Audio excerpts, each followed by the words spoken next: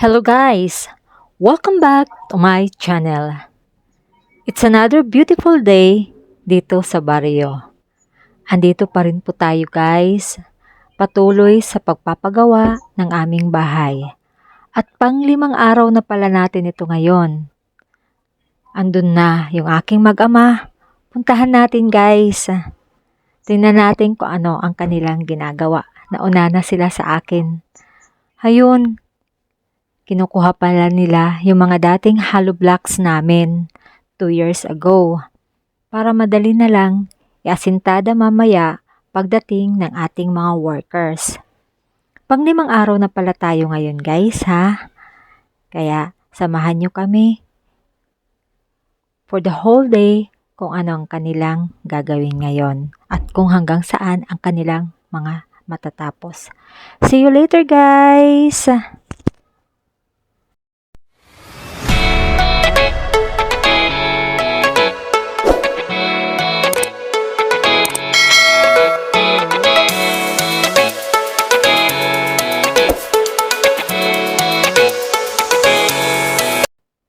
Flex ko lang ang bulaklak nito guys.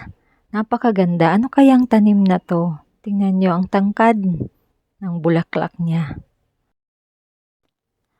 Okay guys, balik tayo dito sa ating pinapagawang bahay. Andito na ang ating 4 na workers. Antabayanan natin kung hanggang saan yung matatapos nila.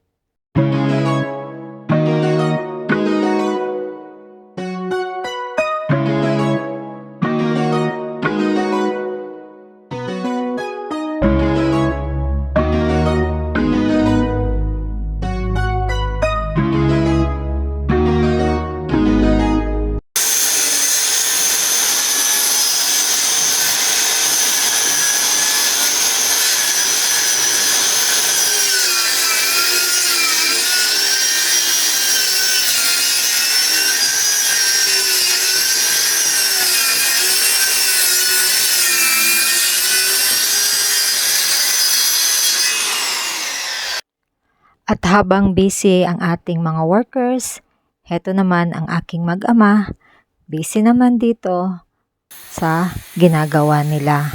Nagtatabas ng kahoy gamit ang aming circular saw.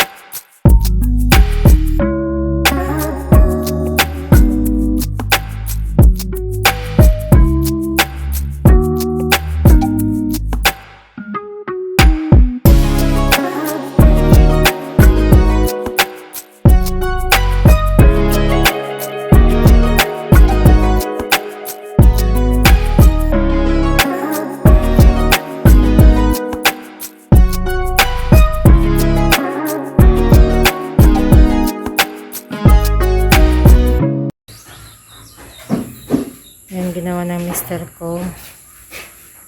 Diskarte daw niya yan sa gagawin nila ng anak ko. Yan, mga kahoy nila. At ito namang mga borders namin, walang pakialam. Kahit saan lang makapwesto sa pagtulog. Na tayo guys. Asintada. Ito yung isang kwarto.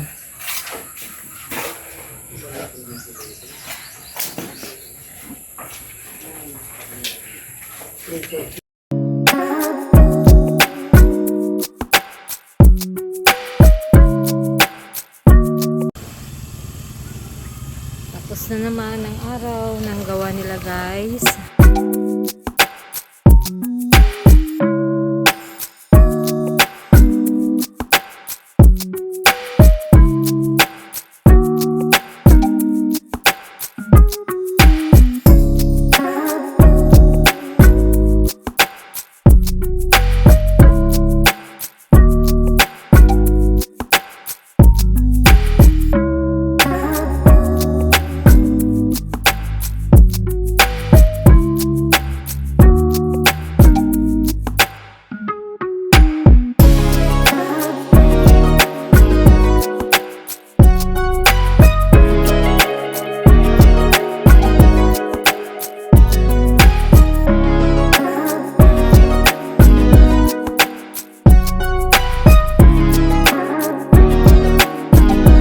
Ito nga guys, ayan, konti na lang, asentada, matatapos.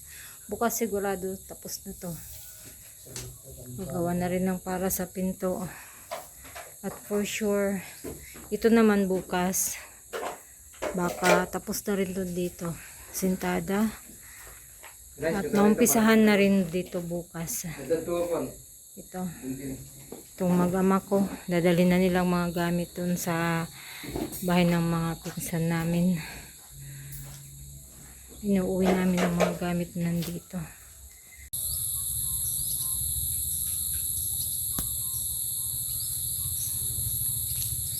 Maganda naging panahon ngayon guys.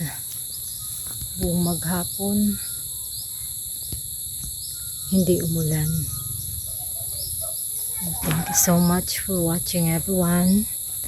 Please like, share, and subscribe.